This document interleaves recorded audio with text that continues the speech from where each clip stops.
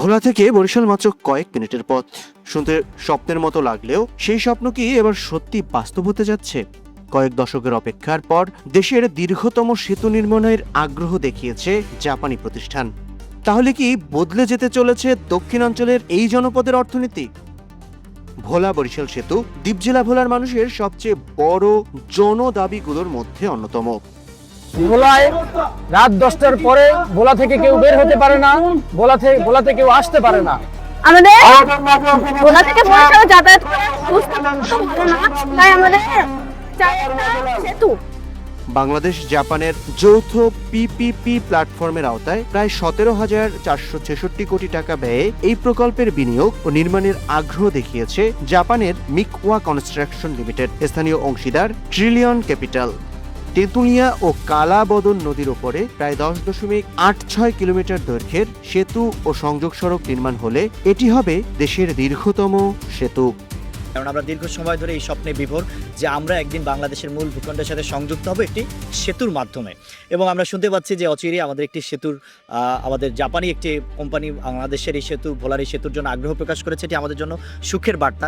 যেই 17,000 কোটি টাকার অফার দিয়েছে এই সেতু করে দেওয়ার জন্য বাংলাদেশ সরকারকে, এই যেই 4টা বন্দরের সাথে গভীর যে সম্পর্ক গড়ে তুলবে ভোলা বরিশাল সেতু, অল্প কয়েকদিনে এই টাকা রিটার্ন চলে আসবে বলে আমরা বিশ্বাস করি।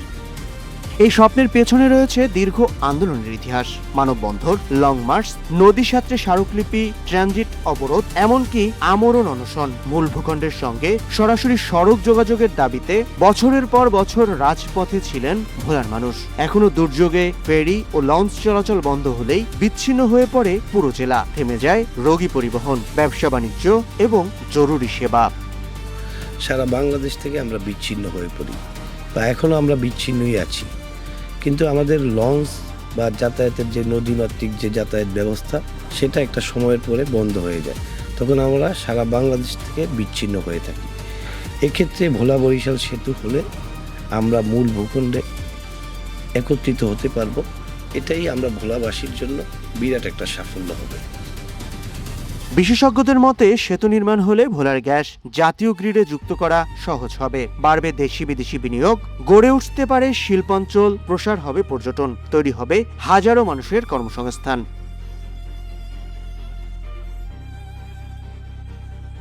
ভোলা বরিশাল সেতু তো ম্যাচিওর হয়ে গিয়েছে ইনশাল্লাহ।